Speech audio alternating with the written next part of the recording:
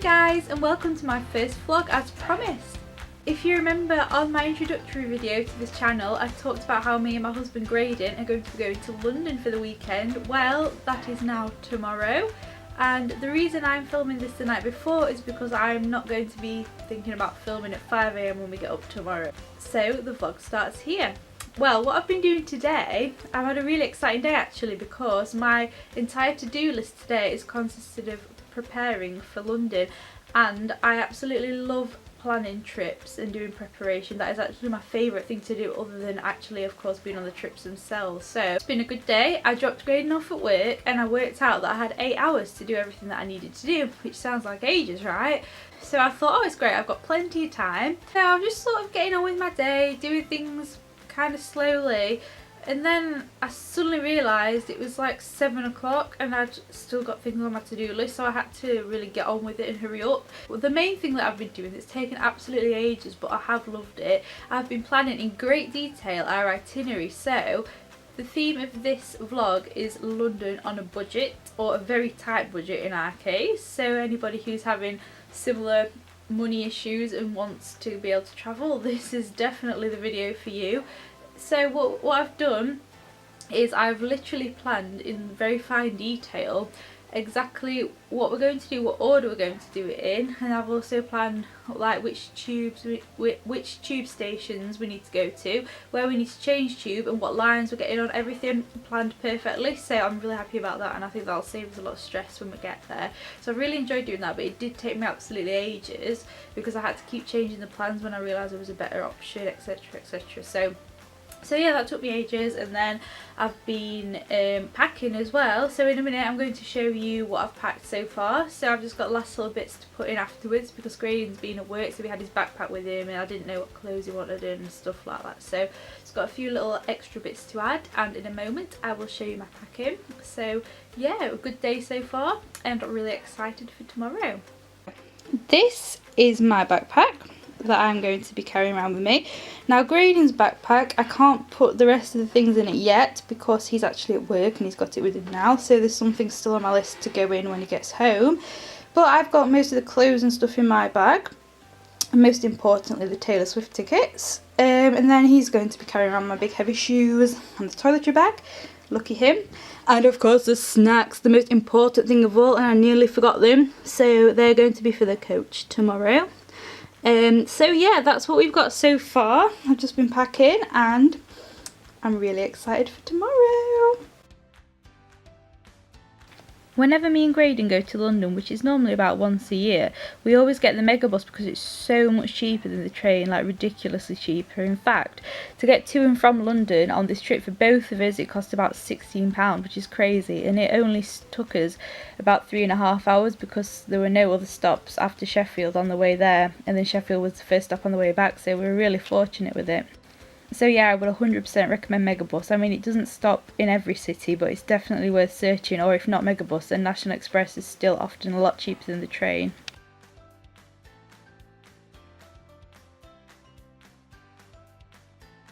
So we've arrived in London. It's about 11 AM now, so we've just grabbed a coffee outside Victoria Station. It's about 18 degrees, so it's really nice weather, so I need to put some sun cream on so I don't end up like a tomato. And then we're going to head off to our first stop, which is the National Gallery.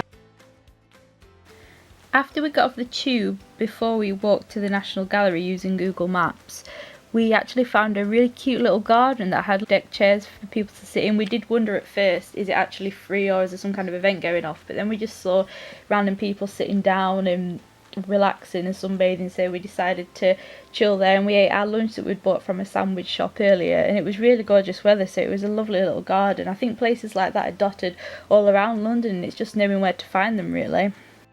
The first activity I planned for us to do when we arrived in London was the National Gallery, and I've never been to the National Gallery before, and the reason I chose it was because it was a free activity, so it is really great for London on a budget. I'm not a massively arty person, if I'm honest, but I can definitely appreciate artwork and galleries and sculptures and things like that, so it was a really nice stop for us.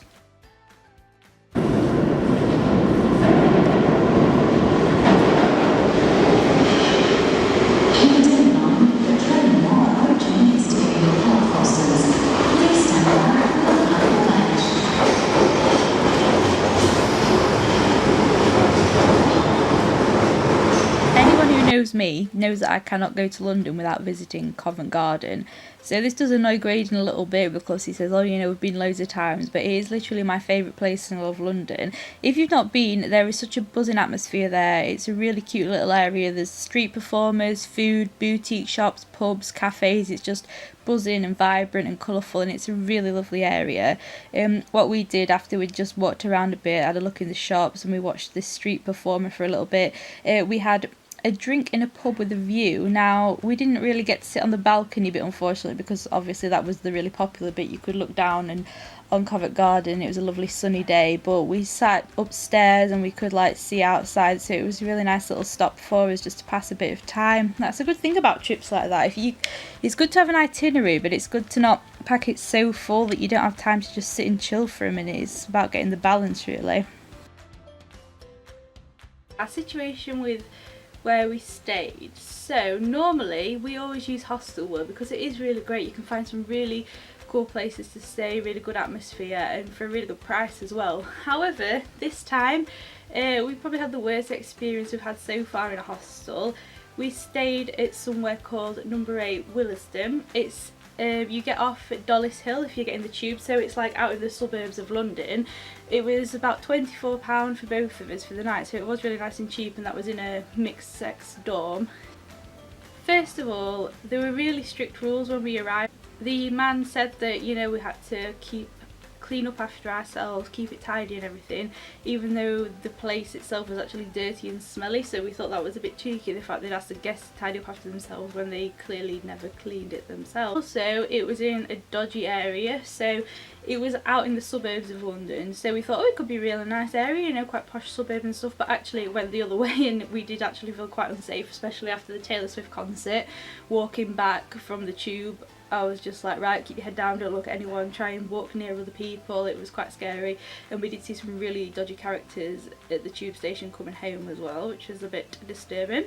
And the reason we stayed out in the suburbs was because we wanted to be near to Wembley for the concert, but as it turned out it was pretty unnecessary because we actually spent most of our time doing activities in around the centre of London. So if you are going to London for a certain event like a concert or something, I would recommend just staying pretty central. I know it can be more expensive, but if you can, stay pretty central, because we did try and look for activities to do around Wembley, but to be honest there wasn't really much going off, so we ended up being central anyway, so we didn't really need to stay there as it turned out. And then the best thing about our experience in this area was that, as I've told you, we're obviously trying to keep costs down, so we thought, right, before we go out for the concert we'll just put our stuff in the hostel and go and get something quick to eat. So we were really happy when we saw that pretty much next door to the hostel, I can't actually remember the name of this place, but it is pretty much next to the hostel, and it's like a kebab shop. So we love a good kebab, me and Graydon, so we thought, oh, this is great, we'll go here. It was nice and cheap, so went in, ordered our food, sat down. It didn't look like the most fancy of establishments, but we thought, well, it'll be alright just for a quick bite to eat. Sat down, there was a box in the corner in the seating area for all the customers to see. There was a cockroach on it. A cockroach. I mean, Graydon have never actually even seen a cockroach in our lives before, and we are not ones to complain, as I've probably said before. We are very polite, we don't like to cause trouble or anything, but we couldn't eat there after seeing that, so Graydon actually had to ask for our money back before we'd even got our food. And the man who worked there didn't even seem bothered, he wasn't fazed by it at all, so that was a little concerning as well. So if that's what the customer area is like, I dread to think what the back is like where they make the food. And then when we walked past again later, it turned out that they just moved the box, so it looks like they're just trying to move all the cockroaches away from the view of the customers without actually cleaning anything up. So yeah, avoid that place. And then next to that place, to the left of it, there was another takeaway shop that looked a lot cleaner. It didn't do kebabs, so we had like chicken or something, but it was really nice, you know, a lot cleaner, still cheap, the staff are friendly, so we had a bite to eat there, and that was much better. So yeah, if you see this little kebab shop next to this hostel, I would definitely avoid. Now, the reason for this trip to London was actually because we had tickets to go and see Taylor Swift, who is one of our favourite artists ever. We've seen her twice before, so we were really excited, but obviously we wanted to do other activities and make the most of the trip as well. So that's why we were keeping costs down, because massive thanks to my mum and dad who bought us the Taylor Swift tickets for Christmas, but obviously that meant that we did have to go to London and we had to stay the night as well, so we just tried to keep the rest of the costs down as much as possible. And I'll keep this brief because some of you might not be particularly big Taylor Swift fans, but I will just say it was one of the best nights of my life. Amazing watching Taylor Swift. She's such a great performer, and it was just an amazing experience. We also bumped into two old friends. The concert was at Wembley Stadium, so absolutely massive. And what are the chances we saw two old friends that were sat in the block next to us? So it was a real coincidence, but that was really nice as well.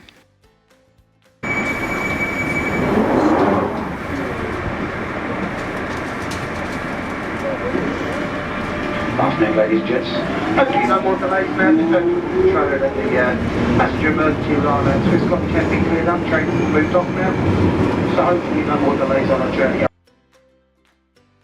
On day 2 of our trip, the first place that we headed over to was Camden. Now, Camden is somewhere that I've heard a lot about. I've seen people posting pictures of it on Instagram and it looks really lovely, but I've never actually been before. So when we got there, I was definitely not disappointed. It is now another one of my favourite areas as well as Covent Garden, so I would definitely recommend checking it out, and I will definitely be going back. When we first arrived there, we were going to get Google Maps out because we weren't actually sure which direction we should be heading in, and then we just kind of turned around and saw all the hustle and bustle and assumed it must be in that general direction. So we walked over and there was some market stalls and lots of people, even though it was fairly early in the morning. So we just grabbed some brunch from a lovely little cafe, and that was a great start to the day.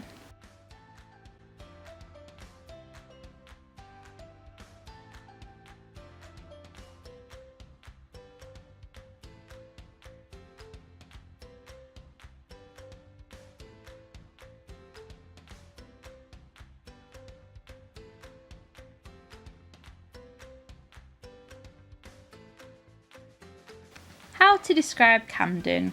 It's lively, colourful, busy, really authentic and modern. There's some really cool shops there and cafes and things like that, but there are peaceful parts as well. So they've got a lovely canal and you can have a walk by there. We went on quite a long walk and then we had to find our way back, but luckily it wasn't too difficult.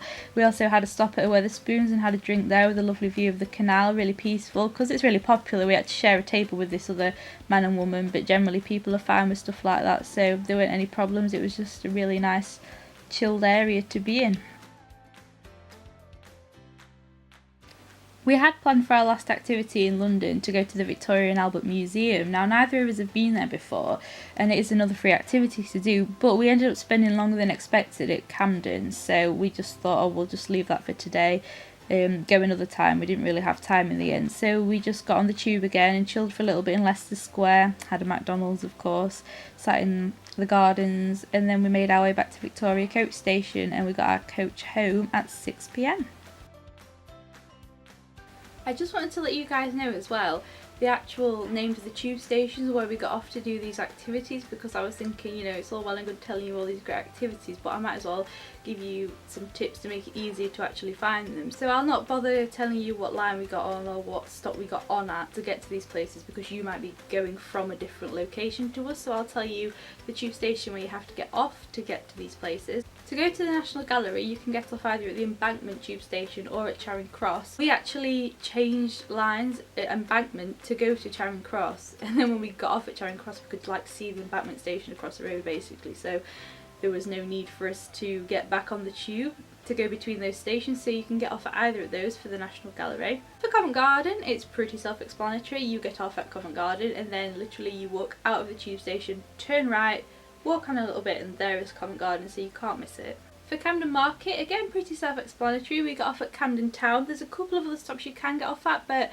as far as I'm aware Camden Town is actually the nearest one, because like I said, we walked out of the tube station, turned right, and there's all the action, so I would recommend getting off at Camden Town. Then the Victoria and Albert Museum, obviously I said we didn't end up going there. You get off at a stop called Knightsbridge for there, so that's the easiest way to get to the Victoria and Albert Museum. And then of course if you are catching the coach home, you get off at Victoria, and then that leaves you at Victoria Coach Station ready to end your journey. So I hope that's helpful for you guys. The whole trip cost about £150 altogether, obviously excluding the Taylor Swift tickets, which I didn't think was bad at all for a couple of days in London. The main cost for us was actually the tube fares, so for both of us for each day we had to get a tube pass, so that came to about £50 altogether. But I figured it out beforehand, and it was the cheapest we could get the tube tickets, and it was also the easiest way for us to get around. We might have been able to get around by bus, but to be honest we wanted something more convenient with us not having that long there, so it was probably the cheapest and easiest we could have got it, so can't complain too much. There's loads of free places to go and free activities in London, so if you're on a budget like we were, I would honestly not worry. If you do your research and plan beforehand, you'll be able to find plenty to do. Actually, I would always recommend planning your trip beforehand anyway, because it means that you get the most out of it, especially if you've not got that long in the place you're going to. So I'd like to hear your favourite places in London and favourite things to do, whether they be free or not. I would like to branch out and see more places. Like I said, I went to Camden for the first time and I loved it. I will definitely be going back. So if there's anywhere I've not mentioned, or anything you particularly like to do in London, do let me know down below in the comments, because I would love to check it out someday. So that is it for our London vlog today. Thank you for watching, and I will see you guys next time. Bye!